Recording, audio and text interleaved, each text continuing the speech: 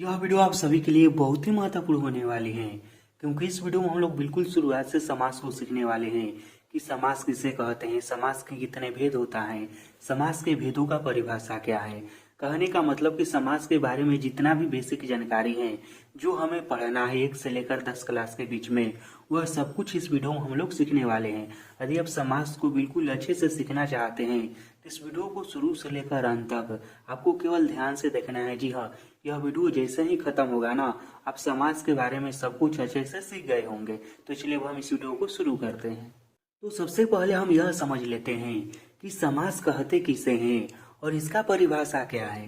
तो देखिए, समास का परिभाषा है कि 2 या 2 से अधिक शब्दों को आपस में मिलने से जो नया शब्द बनता है उसे समास कहते हैं। समास किसे कहते हैं? तो जब 2 या 2 से अधिक शब्द आपस में मिल जाता है तो उनसे जो नया शब्द बनता है ना, उसे ही समास कहते हैं। समास में क्या मिलता है? तो समास में आपस में 2 शब्द मिलता है, 2 या 2 से अधिक शब्द मिलता है। यह बात आप लोग याद रखिएगा। देखिए, संधि में क्या होता है? संधि में वर्ण मिलता है, ठीक, लेकिन समास में क्या मिलता है? तो समास में शब्द मिलता है। और इसका परिभाषा क्या है कि 2 या 2 से अधिक शब्दों को आपस में मिलने से जो नया शब्द बनता है उसे हम समास कहते हैं। समास के कितने भेद होता है? तो समास के मुख्य रूप से 6 भेद होता है। कितने भेद होता है? तो समास के मुख्य रूप से 6 भेद होता है। अब कौन कौन से होता है वह देख लीजिए। देखिए, पहला होता है द्वंद्व समास, उसके बाद होता है द्विगु समास, उसके बाद होता है कर्मधारय समास, उसके बाद होता है बहुव्रीहि समास, उसके बाद होता है अव्ययी भाव समास, उसके बाद होता है तत्पुरुष समास। कौन कौन सा समास होता है? तो द्वंद्व समास, द्विगु समास, कर्मधारय समास, बहुव्रीहि समास, अव्ययी भाव समास, तत्पुरुष समास। अब हम क्या करेंगे, इन 6 सब जो समास हैं इन सभी का अलग अलग करके परिभाषा सीखेंगे, इसका पहचान सीखेंगे, ठीक है। सबसे पहले हम समझते हैं कि द्वंद्व समास किसे कहते हैं।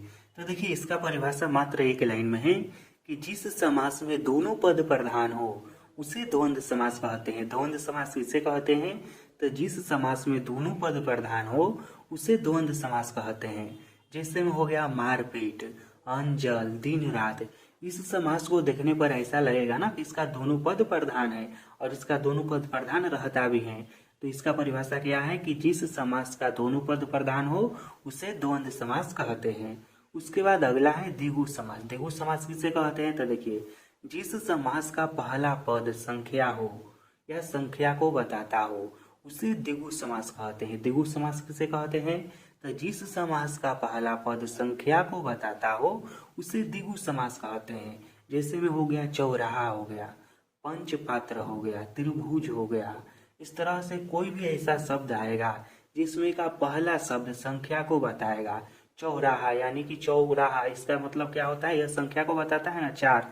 पंचपात्र 5 संख्या का बताता है, त्रिभुज 3 संख्या का बताता है। तो इस तरह का कोई भी शब्द आएगा जो संख्या को बताएगा ना, उसमें कौन सा समास रहेगा? तो द्विगु समास रहेगा। उसके बाद अगला है कर्मधारय समास। इसका परिभाषा क्या है? तो देखिए, जिस समास में एक पद विशेषण होता है तथा दूसरा विशेष्य होता है उसे कर्मधारय समास कहते हैं। इसका परिभाषा क्या है? तो जिस समास में एक पद विशेषण तथा दूसरा विशेष्य होता है उसे कर्मधारय समास कहते हैं। इसमें पहला विशेषण रहता है और दूसरा विशेष्य रहता है। विशेषण किसे कहते हैं? तो जो संज्ञा की विशेषता बताता है उसे विशेषण कहते हैं। और विशेष्य क्या है? विशेष्य वही है जिसका विशेषण विशेषता बताता है। जैसे में यहाँ पर समझिए, यहाँ पर शब्द है महादेव, तो यहाँ पर है देव जो है यह विशेष्य है और इसका विशेषण क्या है कि यह महा है। क्या है? महा है। यह हो गया महा, यह जो है विशेषण हो गया और देव जो है विशेष्य हो गया। उसके बाद यहाँ पर देखिए महात्मा है, यहाँ पर यह जो शब्द है आत्मा, यह हो गया विशेष्य और आत्मा क्या है? तो महान है, यानी कि महान आत्मा। उसके बाद यहाँ पर जो शब्द है आम्र वृक्ष, इसमें क्या है? वृक्ष जो शब्द है यह है विशेष्य और इसका विशेषण क्या है? तो आम्र है, यानी कि किसका यह वृक्ष है? तो यह आम का वृक्ष है। उसी तरह से यह कौन सा आत्मा है? तो महाआत्मा है। उसके बाद यह कौन सा देव है? तो महादेव है। तो इस तरह से जो समास रहता है जिसमें पहला पद विशेषण तथा दूसरा पद विशेष्य रहता है उसे कर्मधारय समास कहते हैं। इसके बाद अगला है बहुव्रीहि समास। इसका परिभाषा क्या है? तो देखिए, जिस समास का कोई भी पद प्रधान नहीं होता है बल्कि अलग से शब्द आकर प्रधान बनता है उसे बहुव्रीहि समास कहते हैं। बहुव्रीहि समास किसे कहते हैं? तो जिस समास का कोई भी पद प्रधान नहीं होता है बल्कि अलग से शब्द आकर प्रधान बनता है, उसे ही बहुव्रीहि समास कहते हैं। जैसे में देखिए यहाँ पर है दशानन। दशानन किसे कहते हैं? तो दशानन कहते हैं रावण को। तो यहाँ पर इनमें का कोई भी पद प्रधान नहीं है बल्कि अलग से जो शब्द आ रहा है रावण, वह प्रधान है। उसी तरह से यहाँ पर है लंबोदर। लंबोदर किसे कहते हैं? तो गणेश भगवान को कहते हैं। तो इसमें भी जो अलग से शब्द आ रहा है गणेश, वह प्रधान है। उसके बाद यहाँ पर है पंकज। पंकज किसे कहते हैं? तो कमल के फूल को कहते हैं। तो यहाँ पर पंकज प्रधान नहीं है बल्कि कौन प्रधान है? तो कमल का फूल प्रधान है। तो इस तरह का जो समास होता है जिसमें का कोई भी पद प्रधान नहीं होता है बल्कि अलग से कोई शब्द आकर प्रधान बनता है, उसे ही बहुव्रीहि समास कहते हैं। उसके बाद पांचवा है क्या? तो यह है अव्ययी भाव समास। यह क्या है? तो देखिए जिस समास का पहला पद अव्यय हो उसे अव्ययी भाव समास कहते हैं। इसका पहचान क्या है? तो देखिए इस समास का पहला पद न प्रति, यथा, आ आदि से शुरू रहता है। इसका पहचान क्या है? तो इस समास का पहला पद प्रति, यथा आदि से शुरू रहता है।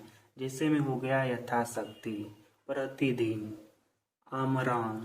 छठा समास है तत्पुरुष समास। इसका पहचान क्या है? तो देखिए जिस समास का अंतिम पद प्रधान हो उसे तत्पुरुष समास कहते हैं। और इसका सबसे अच्छा पहचान यह है कि जब इसके समास को हम विग्रह करेंगे, तोड़ेंगे, तो उसके बीच में का, के, की, में, पे, पर, से के लिए इन सब में से कोई ना कोई जरूर आएगा। जैसे कि यहाँ पर देखिए, यहाँ पर है राजपुत्र, तो राजा का पुत्र, इसके बीच में का आ रहा है? दानवीर, दान में वीर, स्वर्गवास, स्वर्ग के वासी।